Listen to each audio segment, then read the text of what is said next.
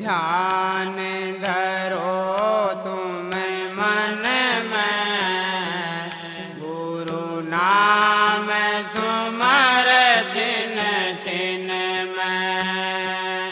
गुरु ध्यान धरो तुम मन में, गुरु नाम सुमर छिन छिन में।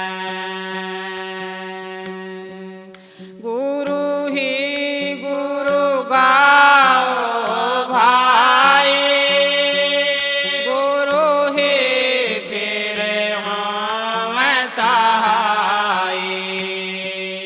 गुरु ही गुरु गाओ भाई, गुरु ही फिर हों सहाय।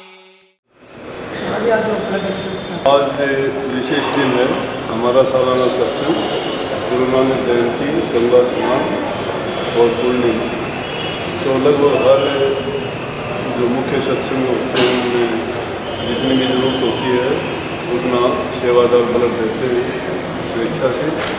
आज भी 50 मिनट की जरूरत है तो 50, 100 की जरूरत है तो जितनी भी जरूरत होगी उतना हम देंगे। और इस चीज़ के लिए हम हमेशा ही प्रेरित करते रहते हैं कि समाज कल्याण में, लोगों की भलाई के लिए जो भी कोई रोजगार का, भलाई का या उनको जैसी भी जरूरत पड़ती है हर काम में आगे बढ़ सकते हैं। गुरु की कर हर दम पूजा, गुरु समान कोई देव न दूजा। गुरु की कर हर दम पूजा, गुरु समान कोई देव न दूजा। गुरु चरण सेव नित करिए, तन मन गुरु आगे धरिए। गुरु चरण सेव नित करिए, तन मन गुरु आगे धरिए। गुरु की कर हर दम पूजा, गुरु समान कोई देव न दूजा। गुरु की कर हर दम पूजा, गुरु समान कोई देव न दूजा। गुरु दर्श करो आँखन से, गुरु वचन सुनो श्रवण से। गुरु दर्श करो आँखन से, गुरु वचन सुनो श्रवण से। गुरु की कर हर दम पूजा, गुरु समान कोई देव न दूजा। गुरु की कर हर दम पूजा, गुरु समान कोई देव न दूजा। गुरु केवल मन को मारो, गुरु केवल काल सिंगारो। गुरु केवल मन को मारो, गुरु केवल काल सिंगारो। गुरु की कर हर दम पूजा, गुरु समान कोई देव न दूजा। गुरु की कर हर दम पूजा, गुरु समान कोई देव न दूजा।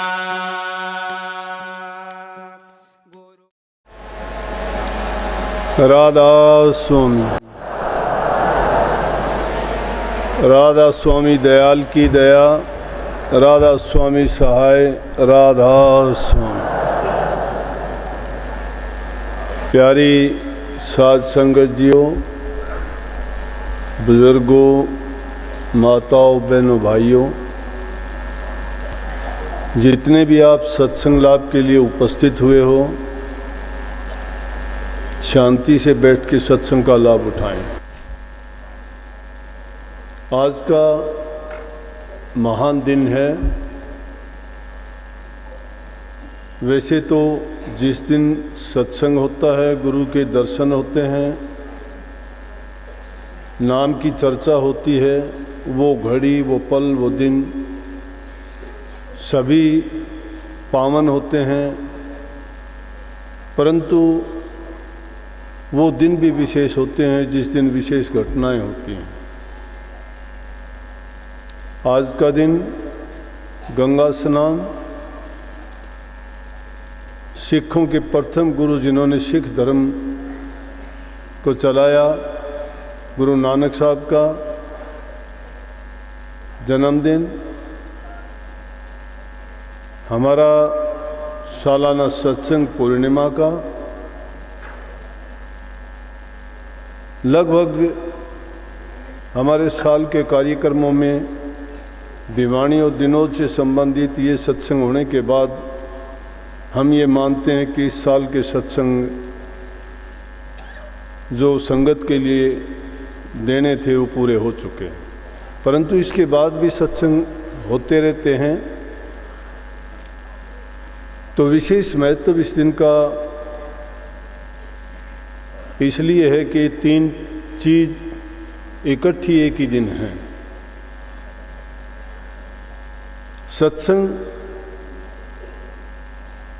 नाम और गुरु का दर्शन भागी जीवों को मिलता है। संसार में जीव आया है, कोटि जन्म के बाद इंसान का चोला मिला। नासमझी के कारण, भूल और भरम में एक जन्म से दूसरे जन्म, एक योनि से दूसरी योनि, न कर्म का ज्ञान, न आने के उद्देश्य का पता, भरम में रहते हुए ये जीव इस संसार में सिर्फ भटकना कि इसको कुछ नहीं मिला। लेकिन इंसान का चोला ऐसा अवसर मिलता है, हर जीव को मिलता है। लेकिन मिलता कब है? जब इसके बहुत से जन्मों के शुभ कर्म इकट्ठे होते हैं। उससे भी ज़्यादा भाग्य की बात है, गुरु और सत्संग मिलता है, नाम की दीक्षा मिलती है। वो जीव बड़े भागी होते हैं जो गुरु की शरण में जाते हैं, नाम की दीक्षा ले लेते हैं, नाम की कमाई करते हैं, पाप कर्मों से बच जाते हैं और प्रभु के नाम का सहारा लेके उसकी कमाई करते हैं। वो जीव अपने जीवन को सफल कर लेते हैं। लेकिन आसान काम नहीं है ये। अभी जो वाणी थी उसमें कहा कि तन मन धन की बाजी लगा, मिलन राम का नहीं सोखा। राम एक सत्ता है, सभी उसके लिए ललायित हैं। उसकी रचना को देख के हम सब आश्चर्यचकित हैं कि कौन क्या करता है, पल में क्या का क्या हो जाता है। सोचते कुछ हैं, दूसरी पल देखते कुछ और हैं। एक तरफ देखते हैं कोई पाप कर्म में फंसा हुआ है, दूसरी तरफ देखते हैं कोई पुण्य के काम में लगा हुआ है। पाप करने वाला पाप कर्म को महसूस नहीं करता, पुण्य कर्म करने वाला पुण्य करके भी कभी संतुष्ट नहीं होता है मैंने ये किया है। रचना में देखता है, पल पल में रंग बदलते हैं, किसी को क्या बना दिया, किसी को कैसा बना दिया। इस रचना को देख के सब आश्चर्यचकित हैं, इसलिए उसकी खोज में निकलते हैं। क्योंकि ऐसी रचना रचने वाला कितना शक्तिशाली है कि जिसने इतने बड़े खेल को रच के भी वो अपने आप में गुप्त है, कहीं दिखाई नहीं देता। तो और कोई जीव 84 लाख योनि में ऐसा नहीं है जो उसको खोजे, जो उसको जानने की कोशिश करे। इंसान जिसको बुद्धि, ज्ञान, विवेक दिया, अगर हम भी कोई ऐसा काम करते हैं तो उससे निकलने का रास्ता रखते हैं। कोई घर बनाता है, दरवाजे भी उसके छोड़ता है। इस रचनाकार ने जब ऐसी रचना रची और जीवों को इसमें भेज दिया, उनसे निकलने का रास्ता भी बनाया। संतों ने, महापुरुषों ने इस संसार को जीव के लिए कैद खाना और जेल की संज्ञा दी है। जीव के लिए ये कैद है। ये जीव इस माया देश में फंस के अज्ञानवश जो कर्म करता है, उस कर्म के बोझ को लेके एक जन्म से दूसरे जन्म में भोगता हुआ रहता है। कभी शुभ कर्म किए तो अच्छा फल मिल जाता है, कभी बुरे कर्म किए तो इसको दुख झेलने पड़ते हैं। कभी दान पुण्य किए तो साहूकार राजा बाबू बन के आ जाता है, सुख भोगता है, आनंद भोगता है। लेकिन खोटे बुरे कर्म किए हैं तो ये कंगला, भिखारी, कोढ़ी, रोगी बन के आता है और उन कर्मों को भोगते हुए अपने जीवन को बिता देता है। लेकिन इसलिए उन लोगों को भाग्यशाली कहा कि जिनको मुकम्मल इंसान का शरीर, जिसमें हमारी ज्ञान इंद्री, कर्म इंद्री, बुद्धि, विवेक सब पूर्ण रूप से इसमें बना के दिया, और फिर भी वो उस ज्ञान को अपने कल्याण के लिए नहीं लगा सके। इतना कुछ होने के बावजूद भी ये है कि जिन चीज़ों को हम सत्य मानते हैं, महापुरुषों ने उनको मिथ्या कह दिया। संसार के पदार्थों को हम सत्य मानते हैं, उनके लिए हमारी भागम भाग, हर इंसान की भागम भाग उनके लिए है। रातों की नींद छोड़ देते हैं, दिन का आराम छोड़ देते हैं, खान पान की परवाह नहीं करते हैं, शरीर के दुख कष्ट उठाते हैं, और वो क्या क्या कर गुजरते हैं। किस लिए? इसलिए नहीं कि उनकी ज़रूरतें पूरी नहीं होती, इसलिए कि वो संग्रह में लग जाते हैं। ज़रूरत से ज़्यादा उनको पता नहीं क्यों ऐसी लालसा लगी है, संसार के पदार्थों की ऐसी कामना लगी है। परंतु जिसकी खोज के लिए अगर ये निकलना चाहता है तो आज से नहीं, जब से सृष्टि बनी है तो उसको खोजने के लिए किसी ने तप के रास्ते से, किसी ने ज्ञान के रास्ते से, किसी ने हठ योग के रास्ते से, हर प्रकार से कोशिश की है कि वो उसको ढूंढने का प्रयास करे। और उस खोज में जिन्होंने उसको पाया, उन्होंने ही संसार के लोगों को उस भेद को समझाने की कोशिश की।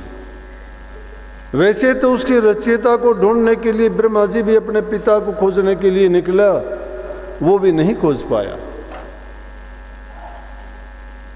सारी सृष्टि में ऊपर से नीचे तक, और ये कह के गया था कि जब तक मैं खोज नहीं लूँगा तब तक मैं वापस नहीं आऊँगा। सृष्टि की रचना भी नहीं हुई थी और इस शर्म के मारे वापस आया भी नहीं। लेकिन उसकी माँ ने संदेशा भेजा कि सृष्टि रचने का टाइम है, आप वापस आओ, और उसको ढूंढने के लिए उसकी बहन को भेजा। ब्रह्मा जी भी उसको नहीं खोज पाए। कबीर साहब ने कहे, ता खोजत ब्रह्मा थके सुर नर मुनि देवा, कहें कबीर विचार के कर सतगुरु सेवा। कितनी सहज बात कही, जिसको खोजने के लिए ब्रह्मा, विष्णु, महेश, देवी देवता सब के सब असफल रहे, नहीं खोज पाए, थक गए उसको ढूंढते ढूंढते। लेकिन किसमें पाया? जिसने गुरु की शरण ली, गुरु ने रास्ता दिखाया, उस तरीके से उन्होंने खोज लिया और पा लिया। पाने का तरीका क्या मिला? हम कैसे तसल्ली करें कि किसी को मिल गया? उसको ढूंढने की बार की जरूरत नहीं। जो सृष्टि की रचना, वो इंसान की शरीर की रचना एक जैसी है। सृष्टि विराट रूप में है, हमारा शरीर सूक्ष्म रूप में है। जो रचना में सामान बाहर लगा वही हमारे शरीर में है और किसी जीव में नहीं है। तो उसको खोजने के लिए जो चीज़ हमारे अंदर ही समाई हुई है, उस रचनाकार की, उस भेद की ये गारंटी है कि जिसने जिसको बना के उसी के अंदर छिप के बैठ गया। जिस प्रकार से मकड़ी अपने मुख से तार निकाल के अपना जाड़ा, अपना घर बनाती है और उसी के अंदर खुद बैठी रहती है, इसी प्रकार से वो रचनाकार, वो मालिक इंसान को बनाया, इसी के अंदर समाया हुआ है। खोजने के लिए बाहर कहीं जाने की आवश्यकता नहीं है।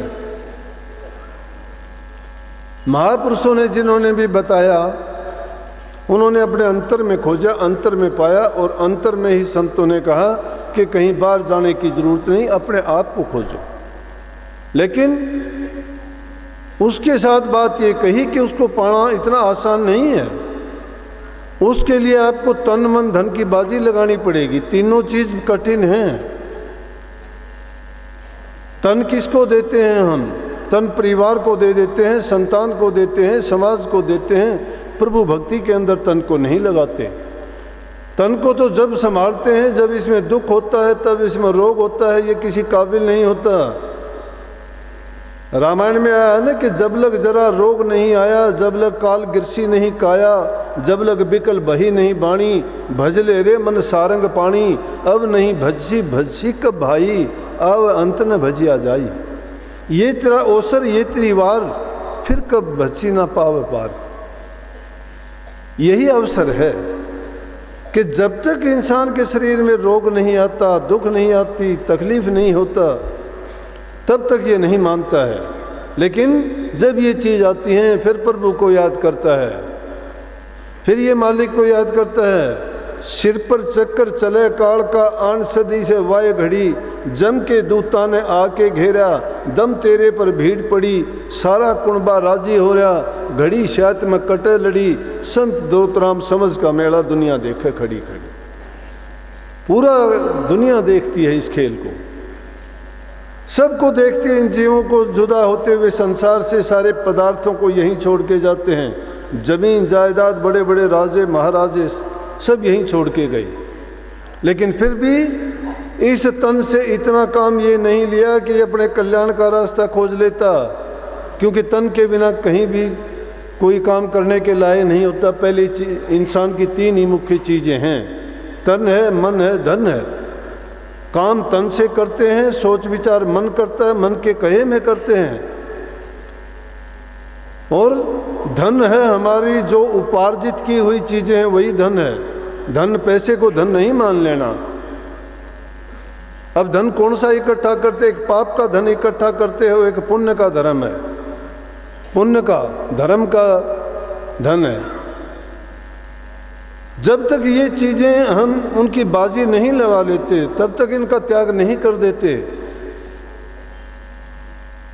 तन से सेवा का कार्य करना चाहिए।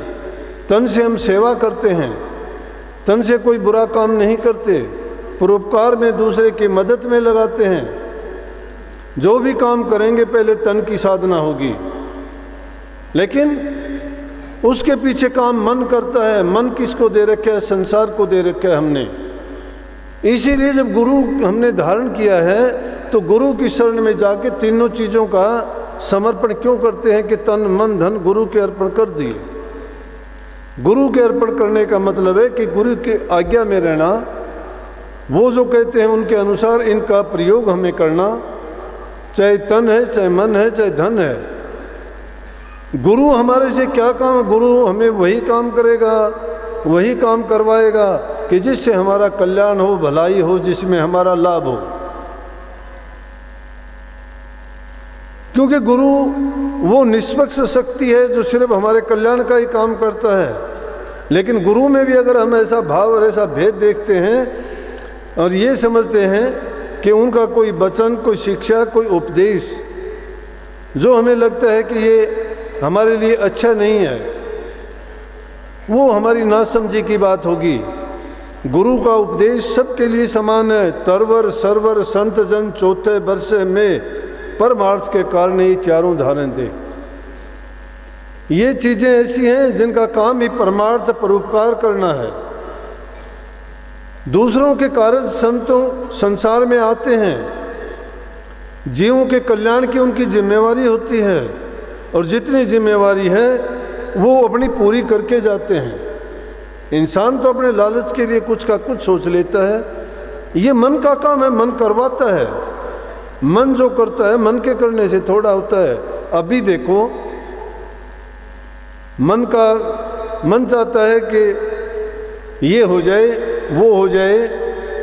क्यों सोचता है मन? मन शरीर से बाहर की कोई चीज़ नहीं सोचता। मन इंद्रियों के घाट पर बैठ के इस शरीर से अपने काम करवाता है, सब के सब ये राज करता है, उसमें बुद्धि की, ज्ञान की, विवेक की नहीं चलने देता। लेकिन ये चीज़ें जब गुरु के अर्पण कर दी हमने, फिर तो उसमें हमारा कोई हक नहीं रह जाता कि हम अपने मन से या मन मुक्ता से कोई काम करें। जब गुरु की शरण में गए, गुरु को हमने सब कुछ सौंप दिया, अर्पण कर दिया, कहने के लिए नहीं। जब गुरु को अर्पण कर दिया तो गुरु की आज्ञा में भी बरतना चाहिए। गुरु अंग संग रह के हमारे सभी काम करता है।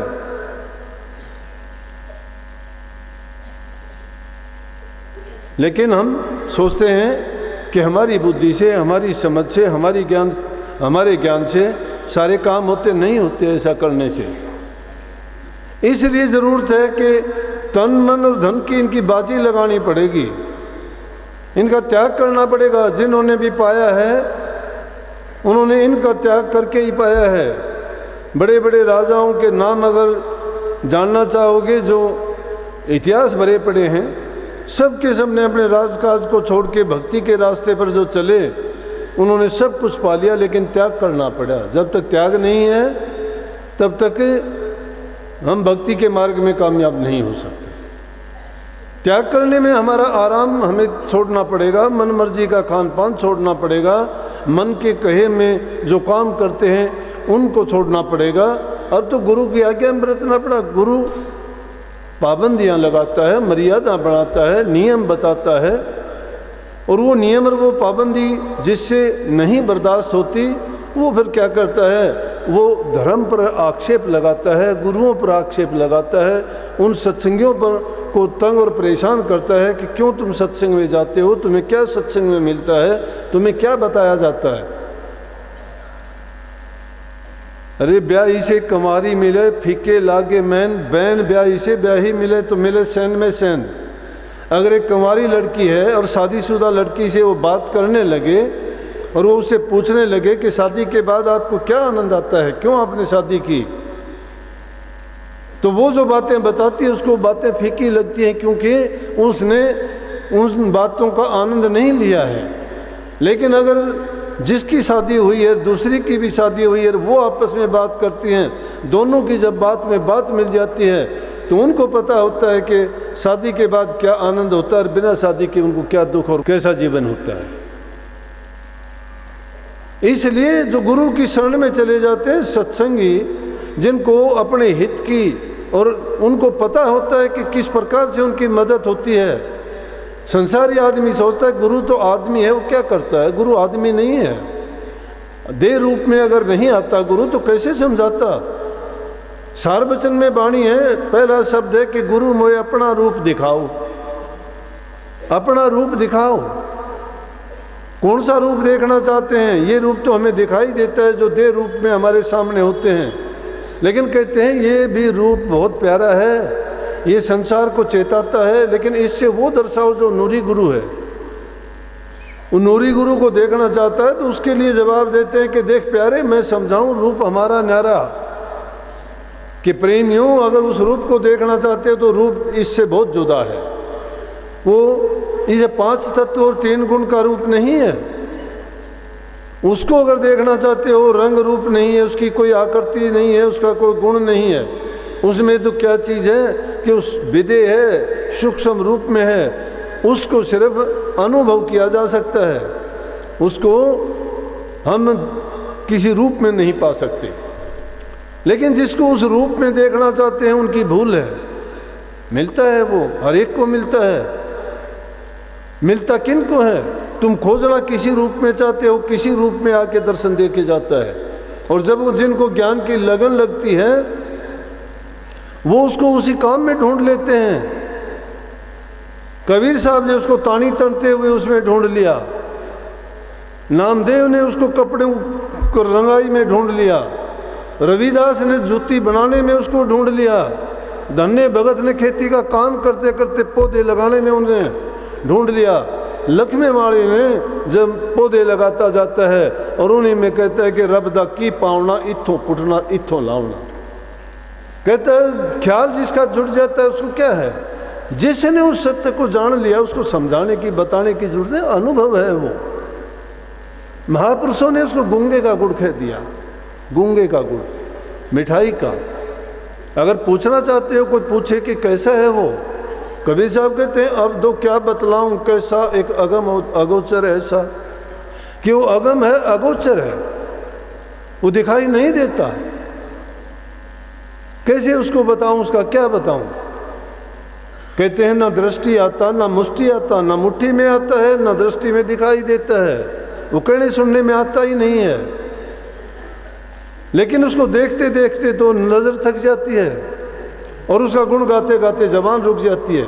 उसके गुणों का अंत नहीं है, उस के नूर का हिसाब नहीं है। उसको तो सिर्फ कहता है कि वो तो ऐसा है कि जिस प्रकार से गूंगा आदमी गुड़ खा लेता है, गूंगे की जबान नहीं है, खाने के बाद उसका बखान क्या करेगा, वो कैसा है। संत मत की शिक्षा पहली शिक्षा देती है कि इंसान अपना अच्छा जीवन बिताए। अच्छे जीवन के लक्षण क्या हैं, जो हमने आपसे नियम बताए।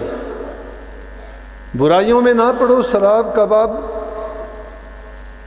मांस मिट्टी जो खाते हैं, शराब जो पीते हैं, इंसान रूप में नहीं राक्षस हो जाते हैं। वो घर बार को बर्बाद कर लेते हैं, संतान को बर्बाद करते हैं, धन को बर्बाद करते हैं, शरीर को बर्बाद करते हैं, समाज में अपनी बदनामी करवा लेते हैं, यहाँ दुख भोगते हैं, दुनिया गालियाँ देती है, गंदी नालियों में पड़े रहते हैं। क्या जीवन, क्या कदर उनकी रह जाती है। अगर मांस मछली मिट्टी खाते हैं तो राक्षसी जीवन है। दूसरे का अगर गोश्त खा के इंसान जीता है तो कल को उसका भी गोश्त खाया जाएगा। प्रकृति का नियम क्यों भूलते हो कि जो इंसान जैसा करेगा वैसा भरेगा। आज किसी का गोश्त हम खाते हैं, कल को हमारा भी खाएगा। आज किसी का गला काटते हो, कल को अपना गला भी काटने की एक कल्पना करो कि हमारा भी गला काटे कोई, तो हमारे साथ क्या बीतेगी। लेकिन इंसान की ये भूल है, वो सिर्फ अपने तक सीमित रहता है, अपनी सोचता है कि मैं सुखी रहूं और चाहे कोई कुछ भी कैसा हो।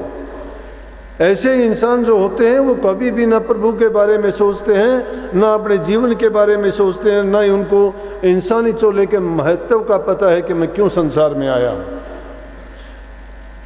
जिसने कभी इस बात की तरफ ध्यान ही नहीं दिया कि मेरा संसार में आने का मकसद क्या है, ये तो सिर्फ संसार का कर्ज का लेना देना है, कर्ज चुकाने के लिए आए हो या किसी से लेने के लिए आए हो। कोई तुम्हें दुख देता है तो तुम उसकी शिकायत करते हो, कोई सुख देता है तो उसकी दो घड़ी तुम अच्छी बात कह देते हो, लेकिन ये नहीं सोचते कि ये हो क्या रहा है। यहाँ कोई किसी का संबंधी नहीं है, यहाँ कोई किसी का नातेदार नहीं है। ये दुनिया का खेल है। जिस प्रकार से किसी मेले में मिलते हैं, मेला बिछड़ता है, अपने अपने रास्ते चले जाते हैं। ये 2 दिन का मेला है, चिड़िया रहने बसेरा इसको क्यों कह दिया। जब टाइम आता है ये अपने अपने फिर उड़ के चले जाते हैं। ये चौड़ा छूटता है, दूसरा फिर धारण कर लेता है, फिर वही 84 के धक्के, वही कर्म का भोग, वही शोक, वही रोग भोगता हुआ ये दुखी सुखी इस संसार में भटकता रहता है। अरे इंसान का चोला मिला, ज्ञान इसको है, समझ इसको, ये समझ आई, फिर भी अपने कर्म को नहीं सुधार पाया। ये इसीलिए नियम बता दिए कि इन चीज़ों से जब बचोगे तुम्हारे विचार अच्छे होंगे। विचार जिसके शुद्ध हो जाएंगे उसका जीवन अपने आप पवित्र हो जाएगा। जिसके विचार शुद्ध नहीं है, चरित्र जिसका अच्छा नहीं है, वो क्या अच्छा करेगा, क्या अच्छा सोचेगा। चोरी करना, छल कपट, बेईमानी को आदि चीज़ों को त्यागना, ये अच्छे जीवन के, दूसरे की भलाई करना, ये जब सद्गुण हमारे अंदर आ जाते हैं तो हमारे से अच्छा करवाएंगे। और जहाँ जब अच्छा करना हम सीख जाएंगे, मन में प्रेम, शांति, सहानुभूति, सहनशीलता आएगी, दूसरे जीवों के प्रति आदर और प्यार होगा, उससे आत्मीयता जागेगी हमारे दिल में। और वही कारण बनेगी कि वो हमें उस मालिक की तरफ, मालिक की यही पहचान है कि जब ये चीज़ें इंसान के अंदर आनी शुरू हो जाएं तो उसको शांति मिलेगी। और शांति मिलेगी, जिसको जितनी शांति मिलती चली जाएगी उतना ही समझो कि प्रभु के करीब जाता जा रहा है, उसकी मंजिल उसके नज़दीक आ रही है। लेकिन जो शराब कबाब विषय विकारों में अपना जीवन बर्बाद करता है, तो फिर उसको ये अवसर नहीं मिलता।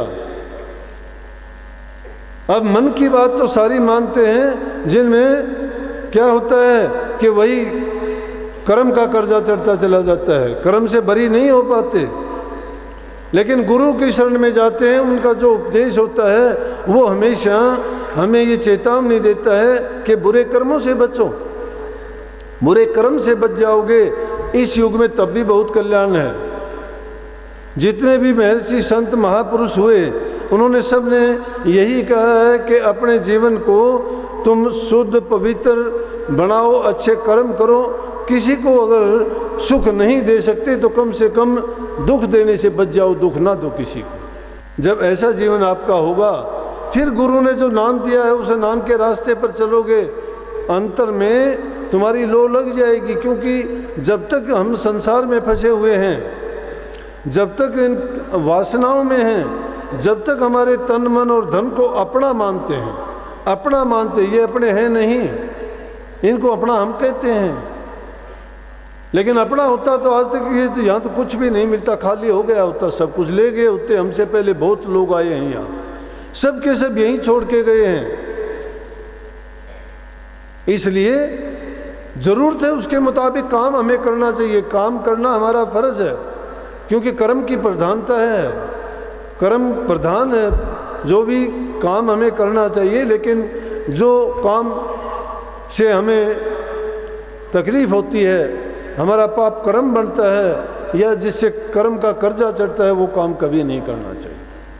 अच्छी सोच रखोगे, अच्छे विचार रखोगे, मालिक को याद करके मालिक आपकी अपने आप संभाल करेगा।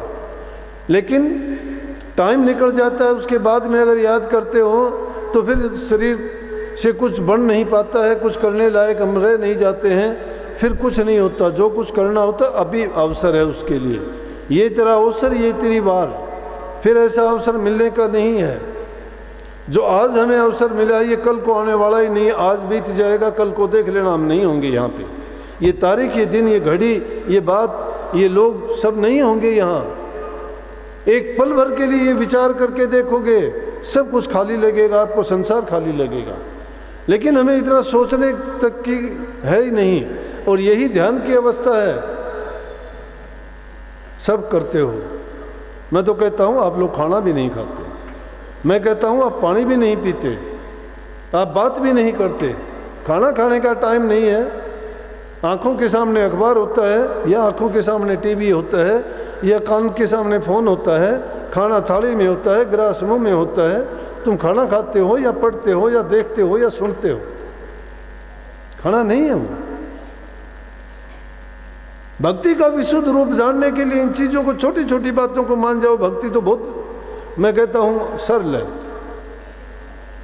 खाना कब खाते हो पता ही नहीं लगा आपने कितनी रोटियां खा ली, कब खा ली, किस गर्म थी या ठंडी थी। मन तुम्हारा था ही नहीं, वहाँ ध्यान था ही नहीं, पेट को भर लिया गया, खाना नहीं खाया। यहाँ भी अगर बैठने के बाद में आप सुनते नहीं हो, सुनने के बाद में गुणते नहीं हो, उसको अपनाते नहीं हो, संत मत की पूरी फिलॉसफी इसी बात पे टिकी हुई है कि दरस करो बचन पुनि सुनो। सुनो बचन, सुनने का मतलब ये थोड़ा है कान दिए हैं आपको, सुनते हो। मेरी बात कम सुनोगे, अगर कोई दूसरी आवाज़ हो जाए तो वो मेरे से भी पहले सुनोगे। सुनने का मतलब है जब यहाँ सुनने के लिए बैठे हो तो दूसरी चीज़ ही क्या सुननी है, यहाँ दर्शन के लिए आए हो तो दूसरी चीज़ ही क्या देखनी है। यहाँ तुम अगर अपने आप को किसी रास्ते पे लगाने के लिए आए हो तो दूसरा विचार ही क्यों है। जब तक उन कल्पनाओं से नहीं निकलते हो भक्ति के मार्ग पर कैसे चलोगे आप। ये मेला इकट्ठा करने का ठीक है, आते हैं, लेकिन भक्ति के लिए नहीं। अगर भक्ति के लिए आओगे संसारी पदार्थ तो वैसे ही बहुत मिलते रहेंगे, ये हाय तौबा करने की ज़रूरत ही नहीं है।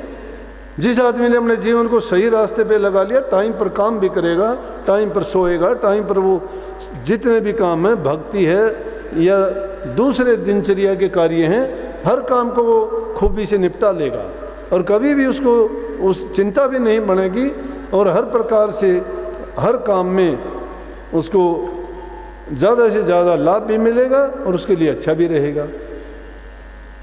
और उन सारे कामों को करते हुए भक्ति का अलग से टाइम देने की ज़रूरत नहीं है। कबीर साहब ने कितनी सरल सरल कई बाणी पर ख्याल नहीं, विचार ही नहीं करते। वो कहते हैं घर बैठे बनो फकीर बन मार सूरत को डांटो। घर बैठे बनो फकीर, कुछ करने की भी ज़रूरत नहीं है, जाने की ज़रूरत नहीं है। इसीलिए कबीर साहब को खुदा कहते हैं, चारों युगों में आया कहते हैं। संसार में जीवों के कल्याण के लिए संत आते हैं। कितना सुगम रास्ता बता दिया कि काम करते रहो, काम को रोकने की ज़रूरत नहीं, करो, कौन काम मना करता है। लेकिन धर्म को पेशा ना बनाओ, धर्म व्यवसाय नहीं है। गुरु अगर व्यवसायी है, व्यापारी है गुरु नाम राम नाम का, अगर उसकी दुकान सच्ची है, सच्चा सौदा है, वहां पे नाम का सौदा है, नाम का लेबल लगा के अगर दुनिया के पदार्थ बिकेंगे तो सच्चा सौदा कहाँ, झूठा सौदा हो गया वो तो। नाम का सौदा अगर करना चाहते हो तो इन चीज़ों से निजात पाओ। जिस काम के लिए बैठते हो उसी काम में मन लगाओ। खाने के लिए बैठे हो, खाना खाओ, छोड़ दो सारी चीज़ के लिए। शरीर की ज़रूरत है, खाने की ज़रूरत है, खाना खाओ। देखते हैं बाइक पर है तो फ़ोन यहाँ पे है, चला रहा है, ज़िंदगी की परवाह नहीं है, कब क्या होगा ये पता नहीं है। क्या फ़ोन ज़रूरी है? ज़रूरी है तो आदमी रुक के बात कर सकता है। बाइक पर चलता जाता है, फ़ोन करता है, गाड़ी में चलते जाते हैं, फ़ोन करते जाते हैं, खाना खाते हैं, अखबार से को पढ़ते जाते हैं, खाना भूल जाते हैं, टीवी को देखते जाते हैं। ख्याल कहीं होता है, काम कुछ होता है। ख्याल को उसी काम में लगाओ। इसीलिए ये रोग, बीमारियां, तकलीफ ज़्यादा बढ़ती हैं। खाने को अगर हम ठीक ढंग से खाना समझ के खाते, अमृत बन जाता है। महर्षि जी के समय की बात है, रजवाड़े होते थे उस टाइम से पहले। एक राजा था, बीमार रहने लगा, बहुत बीमार। डॉक्टरों को, वैद्यों को बुलाया गया, दवाइयाँ दिलाई गई, लेकिन जो दवाई लेते कोई उनको आराम नहीं हुआ। महर्षि जी के पास आए संत, वैद अगम के, इस अगम के नहीं, हाजिर भी वैद होते हैं। 3 ताप से जीव दुखी है, निबल है, अबल है, अज्ञानी है। इसको आत्मिक, शारीरिक, रूहानी तीनों प्रकार के रोग लगे।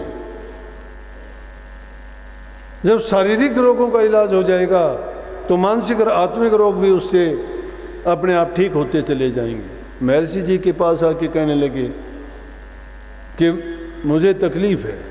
बोले कि उन्होंने विचार किया कि मैंने डॉक्टरों से, वैद्यों से इलाज करवाया, मेरा इलाज नहीं हुआ। कहने लगे, माँ सब चीज़ आपने कर ली, मैं आपका खाना देखना चाहता हूँ। तो देखा गया, जब उसका खाना आया, वो बैठे देख रहे थे, तो जो खाना लेके आए उस खाने को नंगा लेके आए। कितने लोगों ने उसको बनाया, रास्ते में कितने लोगों ने उसको देखा। जब ला के दिया उस खाने को, उसने खाया। जब खाना खाने लगे, कहने लगे रुको। उनको रोक के, और सूक्ष्मदर्शी एक यंत्र होता है या एक शीशा होता है, छोटी चीज़ों को बड़ी दिखाता है। कहने लगे आओ, और वो शीशा करके उसमें दिखाया गया तो सारे खाने के अंदर कीटाणु, विषाणु थे। कहने लगे देखते हो इनको क्या है ये? बोले कि हाँ दिखाई देते हैं। बोले ये आपके रोग का कारण है। कि जितने लोगों की दृष्टि पड़ी है, जिन्होंने भी इसके बारे में देखा है, उतनी प्रकार से उनकी भावनाएं इसमें सब की सब तिलमिलाती है। इस खाने को खा के आप कभी भी सुखी और स्वस्थ नहीं रह सकते। अगर अपना खाना खाते हो, रूखा है, सूखा है, कितना भी अच्छा है, उसको आप एकांत में खाइए, शांति से खाइए। या जितने आदमी बैठे हैं, अगर सब खाते हैं, खाने में कोई दोष नहीं। वो सब खाते हैं तो उसमें दोष नहीं, लेकिन एक अकेला आदमी खाता है, सब उसकी तरफ देखते हैं, तो यूँ समझो कि सबकी भावनाएं उसकी तरफ होती हैं, तो वो चीज़ जहर के समान बन जाती है। और उस दिन के बाद उन्होंने वो सुधार कर लिया। जो जो उसका टाइम निकलता गया, धीरे धीरे करके एकदम राजा स्वस्थ हो गया। बात छोटी छोटी देखने की, सोचने की होती है। अरे बुराई देख के हम, बुरे से बुरा आदमी भी अच्छी संगत में जाने से सुधरता है। रामायण कहती है सठ सुधरी सुसंगति पावा। लेकिन अच्छे से अच्छा आदमी अगर बुरी संगति में जाएगा तो भी उसको भी कोई ना कोई दाग लग जाएगा, बल्कि उसके अच्छे गुण लुप्त हो जाएंगे और उसमें बुराइयां आ जाएंगी धीरे धीरे करके। इसलिए बुराइयों से जो जो बचते चले जाओगे, हृदय जब शुद्ध और पवित्र होगा तो बुराई की तरफ वो जाएगा ही नहीं, बल्कि अगर वो बुराई आएंगी तो भी आप कहोगे कि इन बुराइयों से तो अच्छा ये है कि मैं कुछ भी ना करूं। जिनको एक बार अच्छी आदत पड़ जाती है वो बुरा काम कभी नहीं करते, पाप कर्म में लिप्त नहीं होते, बच जाते हैं उनसे। और भक्ति तो इतनी विशुद्ध है, जब तक हमारा हृदय शुद्ध नहीं है, विचार हमारे पवित्र नहीं है, दिनचर्या हमारी सही नहीं है, आसपास का वातावरण हमारे अनुकूल नहीं है। कहने का मतलब जहाँ प्यार नहीं, शांति नहीं, धैर्य नहीं, जहाँ रोज़ाना झगड़ा आपस में होता है, वहाँ पर भक्ति क्या, मैं कहता हूँ कि घर की शांति लुप्त हो जाती है। जिन घरों में झगड़े होते हैं उन घरों में जाके देखोगे तुम कि सब कुछ वहाँ से निकलना शुरू हो जाएगा और बुराइयाँ उसमें भरनी शुरू हो जाएंगी, कंगाली आ जाएगी, लड़ाई झगड़े रोज़ाना होंगे, बुराइयाँ फैल जाएंगी, कोई आना पसंद नहीं करेगा। ऐसा वातावरण बन जाएगा कि देखने मात्र से ही शमशान के समान लगेगा। लेकिन जिन घरों में प्यार प्रेम है, शांति है, वहाँ जाने के बाद आपको महसूस होगा कि यहाँ आने से तो हमें मन को शांति मिलती है, हमारे विचार शुद्ध होते हैं। ऐसे वातावरण में लगता है हम यहीं बैठे रहें। जिस प्रकार से एक सुंदर बगीचे में फूलों की महक है, वहाँ जाने के बाद देखोगे हर कोई वहाँ जाना पसंद करता है, पक्षी भी उसी में जाना पसंद करते हैं, भूंड भोरे भी उसी में, मक्खियाँ मच्छर भी उसमें जाना पसंद करते हैं। अच्छी चीज़ को हर एक प्राप्त करना चाहता है, लेकिन इंसान इतना बुद्धिहीन क्यों हो गया कि ये बुराई के अंदर क्यों भागा जाता है, बुरी चीज़ों की नकल जल्दी करता है, अच्छाई को कभी अपनाता ही नहीं। लेकिन अच्छाई को जब अपना लेगा, जो बुरे कर्म में लिप्त है उसको अच्छाई की तरफ जाते हुए बड़ा दुख लगता है, वो नहीं जाता। दूसरा भी जाता है तो उसको बुरा लगता है। कितने लोग इतने आते हैं जिन्होंने जीवन बर्बाद कर लिया, किसी ने शराब की लत लगा के, किसी ने जुए की लत लगा के घर बर्बाद कर लिए, कोई अपनी पत्नी को घर से निकाल देता है, कोई बच्चों को निकाल देता है, या खुद घर से भाग जाता है और फटे हाल, उसका कोई हालात नहीं, शरीर उसने बिगाड़ लिया, टाइम से पहले जाने के लिए दुनिया से तैयार है, कुछ नहीं किया। कहा है कि इस जीवन को याद करेगा भला मुसाफिर बंदे, आया था कुछ लाहा करने फंस गया केड़े धंधे, भव सागर तनु तरना पैसी पाप पुन धन कंदे, कहें कबीर सोई पार उतर के हर हर नाम जपन दे। पार उतरने के लिए हरि का नाम है। अगर संसार सागर से पार होना चाहते हो तो परमात्मा का नाम ही ऐसा है जो जीव को प्रलय किनारे लगा देगा, आर से पार कर दे। आर संसार है, पार जो है मालिक का दरबार है। उनके चरणों में पहुंचने के बाद दुख नहीं होता है। लेकिन अगर हम इस जीवन के रहते नहीं करेंगे, आए किस लिए थे कि कर्म का जो कर्ज है उसको उतार के फेंकें, अच्छा कर्म करके प्रभु के चरणों में पहुंच जाएं और फिर बार बार संसार में ना आए। लेकिन सब कुछ मिलते हुए भी इसे जीव की विडंबना देखो, इसका भाग्य देखो, भाग्यहीन कर्महीन बना लेता है अपने आप को। क्या कहा है कि बाग बिगाड़ा बांदरा सभा बिगाड़ी कूर। जिस प्रकार से बंदर किसी बगीचे में चला जाता है, उसको बिगाड़ देता है, तहस नहस कर देता है, फल पत्ते फूलों को तोड़ के भगा देता है, टहनियों को तोड़ देता है, क्या मिलता है उसको? सभा बिगाड़ी कूर। बुरा आदमी इसी प्रकार से अच्छी सभा में जाने के बाद में बुरे वचन बोल के, बुरी बात बोल के सभा को बर्बाद कर देता है। भक्ति बिगाड़ी लालची केसर कर दी धूल। भक्ति रूपी जो निधि है, जो खजाना है, जो बगीचा है, इसको कौन बिगाड़ता है? लालच। लालच और स्वार्थ ये चीज़ जब इंसान में आ जाती हैं, भक्ति से मीलों दूर भाग जाता है, कभी उसके नज़दीक नहीं फटकता। इसीलिए भक्ति चाहती है कि उसमें त्याग होना चाहिए, निस्वार्थ होना चाहिए, निष्पक्षता होनी चाहिए। जब निष्पक्ष हो जाएगा, अपने किसी चीज़ की अपेक्षा उसको नहीं रहनी चाहिए। करता है उसका परिणाम जरूर चाहेगा, बुरा नहीं करता किसी का, उसको अच्छा परिणाम मिलेगा, जरूर मिलेगा। लेकिन इसीलिए कही है कि ये जो 5 चीज़ हमारी लगाई गई हैं, जिनके पीछे हम भागते फिरते हैं, ये चीज़ें भक्ति के रास्ते में बाधा है। रविदास जी कहते हैं 5 दोष तज जो रहे संत चरण लोलीन। जो इन 5 दोषों को तज के संतों के चरण में लोलीन हो जाता है, रविदास ते ही जानिए ऊंचे और कुलीन। वही ऊंचे हैं और वही ऊंचे से ऊंचे कुलीन माने धनवान और सुखी इंसान हैं। जो 5 दोषों को तज देते हैं, 5 दोष तजना सहज नहीं है। 5 दोष तजना कहाँ संभव हो सकता है? जब गुरु की शरण में चले जाओगे, उनसे सत्य का सौदा लेके, सत्य का सौदा है नाम, और उस नाम की कमाई जो जो करते चले जाओगे, त्यों त्यों तुम्हारी जो बुरे विचारों की गरीबी है वो दूर होती चली जाएगी और नाम रूपी धन का संचय होना शुरू हो जाएगा। वो नाम आपको शारीरिक रूप से शक्ति देगा, मानसिक रूप से आपको बलिष्ठ बना देगा, और आत्मिक रूप से तो क्या कहना है। जिन इंसान की आत्म शुद्धि हो जाती है, आत्म साक्षात्कार हो जाता है, उसी के लिए सारे कौतिक हैं। भजन, बंदगी, हठ, तप, साधना, जितनी भी चीज़ें हैं, ये सारी की सारी चीज़ आत्मा उन्नति के लिए हैं। और आत्मा उन्नति पवित्र और शुद्ध काम करने से होती है। बुरे काम करने से तो आत्मा की गिरावट होती है, आत्मा उन्नति नहीं होती। आत्मा को शक्ति चाहिए शब्द की, और शब्द की ताकत मिला करती है गुरु की, और गुरु बताता है नाम। नाम का जो जो अभ्यास करते चले जाते हो, उसकी ताकत मन को नहीं मिलती, बुद्धि को मिलती है। ज्ञान, बुद्धि, विवेक और विचार, ये जब तक इंसान के सोए पड़े रहेंगे, जब तक ये जागृत नहीं होते हैं। जागृत कब तक नहीं होंगे? जब तक हम बुराइयों में, उन 5 दोषों में फंसे रहिए, तो दया, धर्म, शील, संतोष, विवेक, विचार कभी आ ही नहीं सकते। जब तक उन्होंने घर कर रखा है हमारे दिल में दोषों ने, उन दोषों को निकाल दो। पहले उन दोषों को जगह ना दो। जब वो दोष निकल जाएंगे, वो जो जगह खाली होगी वो प्यार प्रेम से भर जाएगी। और उसके लिए इंसान को अहंकार को त्यागना पड़ेगा। दीन, गरीबी, बंदगी, ये 3 चीज़ ऐसी हैं सेवक के लिए कि उसको जिसमें जितनी ज़्यादा ये आती जाएंगी, उतनी ही ज़्यादा वो नाम की कमाई करेगा, उतनी ही ज़्यादा उसके अंदर के पर्दे खुलते चले जाएंगे, नूरी गुरु के दर्शन होंगे, और अंतर में उसका ध्यान शिथिल हो जाएगा। ये कई सत्संगी आके शिकायत करते हैं। एक आध प्रेमी ऐसा है जो मेहनत करता है, जो इसी जीवन में कुछ पाना चाहता है।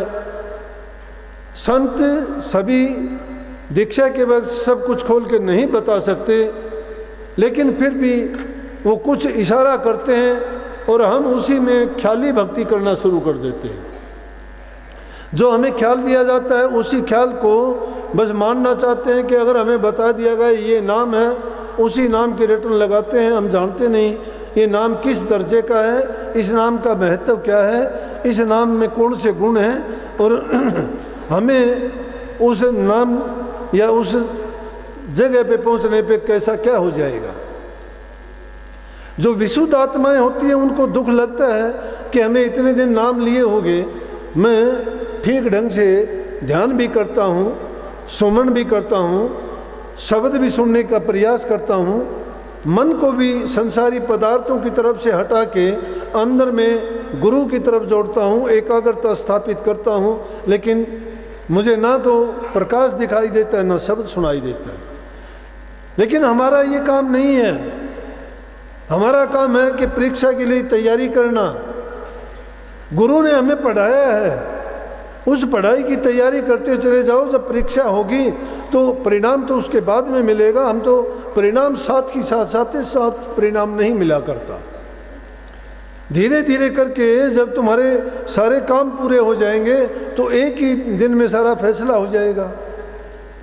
जब बुरा कोई काम करते नहीं हो, आप किसी को कष्ट नहीं देते, शरीर से किसी का बुरा नहीं करते, भला करते हो, तन से सेवा करते हो, मन से प्रभु का नाम जपते हो, धन से पुण्य के कर्म करते हो, भला करते हो, गरीब भूखे की सेवा करते हो, तो इसका मतलब है कि आप अच्छे काम में लगे हुए हो और मन आपने लगा रखा है भक्ति में, उसकी तरफ जब आपका रुझान है ज़्यादा, इसीलिए तो अच्छे काम करते हो। जब बुरा कोई करते नहीं हो, अच्छाई की तरफ बढ़ते जा रहे हो, तो इसका मतलब ये है कि मंजिल की तरफ सही हो आप। वो काम तो प्रभु का है, सतगुरु का है कि आपको क्या देगा, कब शब्द सुनाई देगा, कब प्रकाश दिखाई देगा। अगर देख भी लोगे वो प्रकाश, उसके बाद गायब हो जाएगा। क्यों गायब हो जाएगा? कि हम माया देश में रहते हैं, काल के देश में रहते हैं और मिलोनी है हमारे अंदर में, क्योंकि हमेशा घर में झगड़ा भारी साधो, अंतर में हमेशा झगड़ा चलता रहता है। बाहर जैसे पाप और पुण्य का चलता है, दानव मानव का चलता है या राक्षस इंसान का चलता है। इसीलिए तो स्वर्ग नरक बनाए, बुरे आदमियों को नरक देते हैं, अच्छों को स्वर्ग देते हैं। लेकिन भक्तों के लिए और जो प्रभु के चरणों में जाना चाहते हैं उनके लिए कोई भी चीज़ नहीं है। ना वो स्वर्ग को चाहते हैं और नरक का तो कोई मतलब ही नहीं उनका कि जिसके बारे में कभी वो कल्पना भी करें। लेकिन जिन्होंने बुराई काम से निकल ही चुके हैं, अच्छाई के काम में जो लग चुके हैं, उनका हृदय पवित्र है, उसमें नाम के सिवा दूसरी चीज़ समा ही नहीं सकती। इसलिए उनको ये चिंता करने की ज़रूरत नहीं। कभी उनको प्रकाश की झलक मिल जाए तो ठीक है, नहीं मिलती तो भी उसकी चिंता ना करो। कभी मिलती इसलिए है कि आप उसको बार बार प्रयास करो। फिर क्यों नहीं दिखाई देती? इसीलिए नहीं दिखाई देती कि तुम उसके लिए ज़्यादा आगे बढ़ोगे। अगर रोज़ाना ही वो दिखाई देती है तो हम भी कर्मकांडी हो जाएंगे। जिस जगह पे हमें वो नूर या प्रकाश दिखाई देगा, उसी प्रकाश को देखते देखते हम जाएंगे, उसी जगह पहुंच जाएंगे। कह दिया कि वहाँ घंटे की आवाज़ होगी, वहाँ शंख की होगी, वहाँ वीणा की होगी, ये काल्पनिक चीज़ें हैं, वो हम कल्पना कर लेंगे। गुरु ने बताई है हमें, वो हम उनको काल्पनिक मान के उनको सुनना चाहते हैं। नहीं, एक बड़ा सच्चा इंसान था, दर्शनों पे बैठे थे, आके कहने लगे जी मुझे वो धुन सुनाई नहीं देती, मुझे तो और ही सुनाई देती है। मैं कहने लगा कि आप सही रास्ते पे हो, क्योंकि 5 धुन से पहले तो और बहुत सी धुन है। हमने तो 5 धुन का सिर्फ मुख्य मोटा मोटी जीव को बता दिया, जीव ने मान लिया। इनको तो जो ख्याल दिया उसी को अपने मन में ये मान लिया कि ये है। लेकिन जो करनी करते हैं और सही रास्ते पे चलते हैं, उनके रास्ते में तो और भी बहुत सी चीज़ें आती हैं।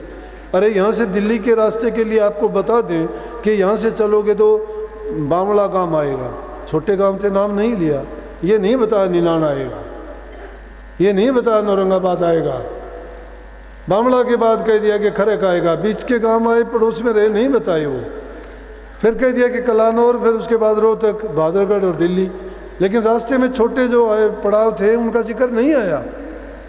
इसलिए संत लोग भी पूरी व्याख्या नहीं कर सकते, क्योंकि उसकी बताई नहीं कि उनको कैसे व्याख्या करें, उनकी बताया नहीं जा सकता। सब धरती कागज करूं लेखनी बन रहा, सारे समुद्र की अगर स्याही कर ली जाए, सब जंगलों को काट के कलम बना ली जाए, फिर भी उस गुरु का गुण नहीं लिखा जा सकता। तो इसका बयान कैसे किया जा सकता है? और जिनको हम 5 कहते हैं चरणदास जी, तो उनको 10 प्रकार की धुनी बताते हैं। और मेरे से पूछो तो 10 से पहले भी और कुछ क्या बहुत आती हैं। उन 10 में भी उन्होंने बताई हैं। अब उनको ये बड़ी उलझन की बात है, किताबों की पढ़ी में बात ना पढ़ो। किताबों में क्या लिख दिया, वो तो एक संतों के जो गुणावन थे वो लिख दिए। जो बात लिखने योग्य थी, सूरत के हाथ में कलम नहीं है, जो उसने अनुभव किया वो नहीं लिखा जा सकता। मैंने एक बाणी में साफ लिखा भी है कि अनुमान तो सभी कया, प्रमाण कहने में नहीं। अनुमान बता सकते हैं हम, प्रमाण नहीं बता सकता कोई। वो धुनात्मक नाम है, धुन को किस रूप में बताओगे तुम? ये भी हमने सिर्फ अनुमान बताया, प्रमाण नहीं है। प्रमाण को अगर देखना चाहते हो अनुभव किया जाएगा। अनुभव हमारी ज्ञान इंद्रियों से नहीं होगा, कर्मेंद्रियों से नहीं होगा, शरीर से नहीं होगा, रूह से होगा। रूह से होगा, अनुभव होगा वो।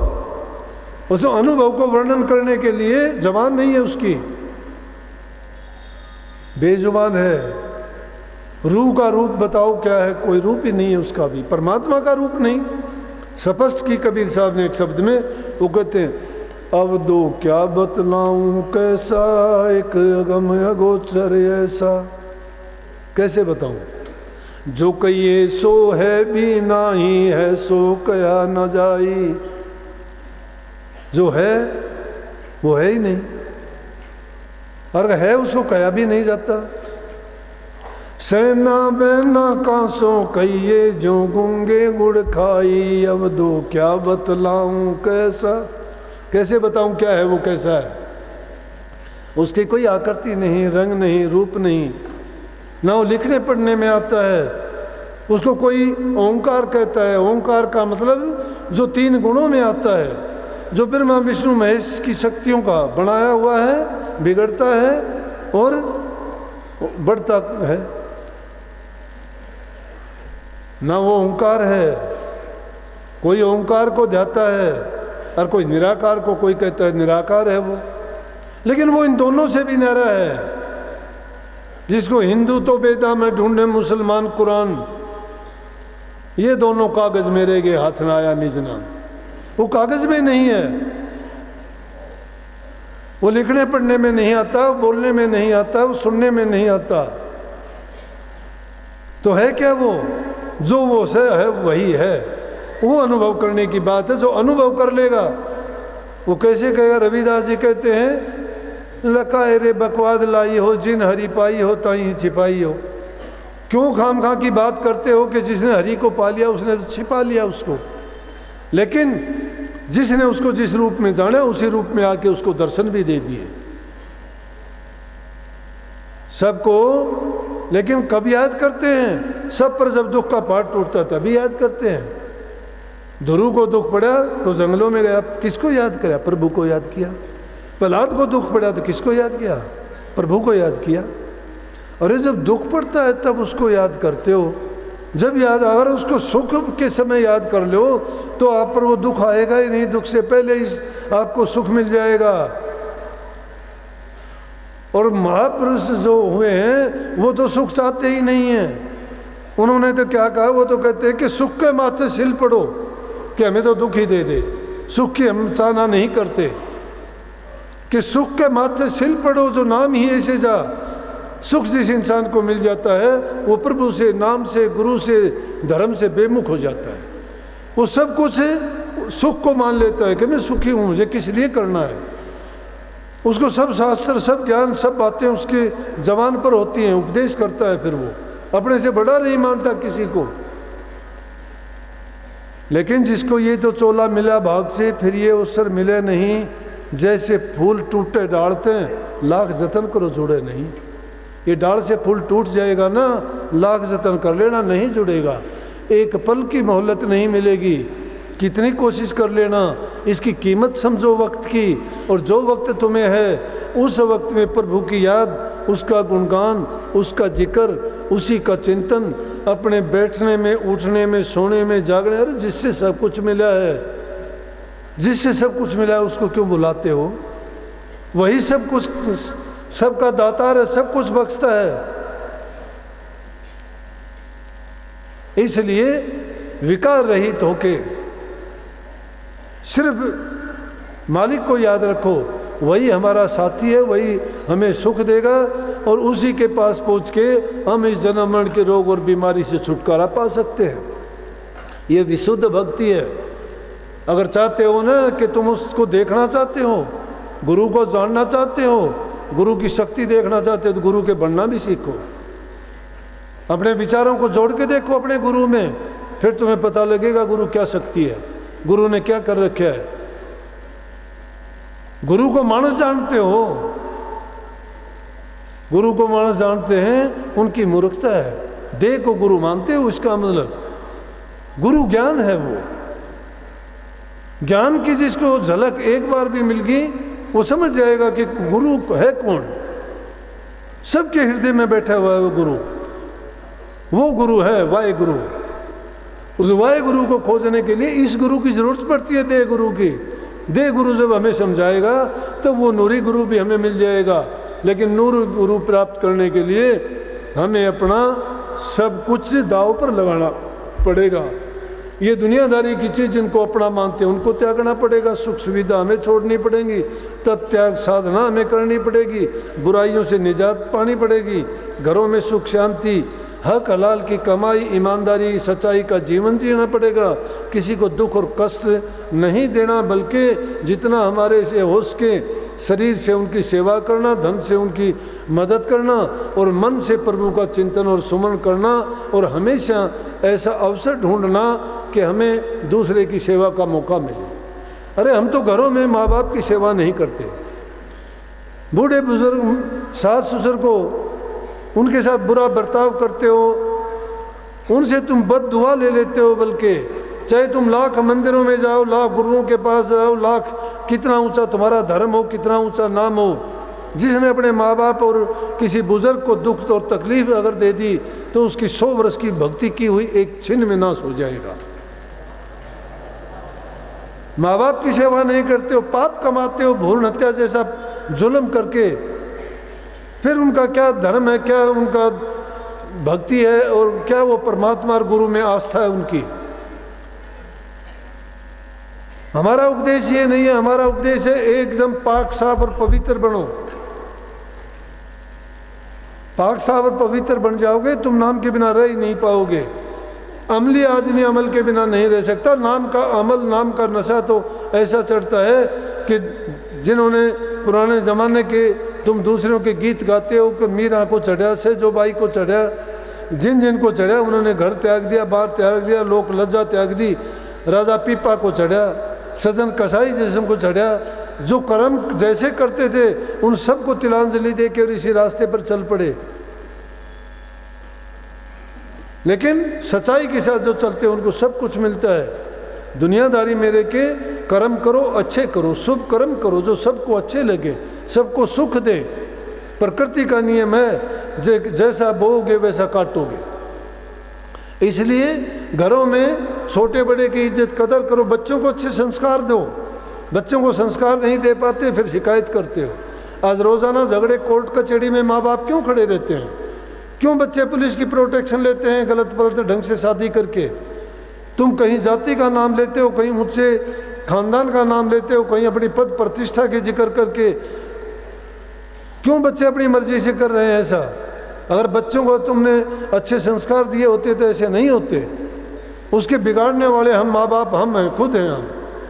अच्छे संस्कार दे उनको दे नहीं पाए, बुरी बातें सिखाई हमने। बल्कि मैं कनाडा जाता हूँ, पंजाब का एक आदमी देखा मैंने, नाम गुरु से उसने ले रखा था, 3 लड़के थे उसके।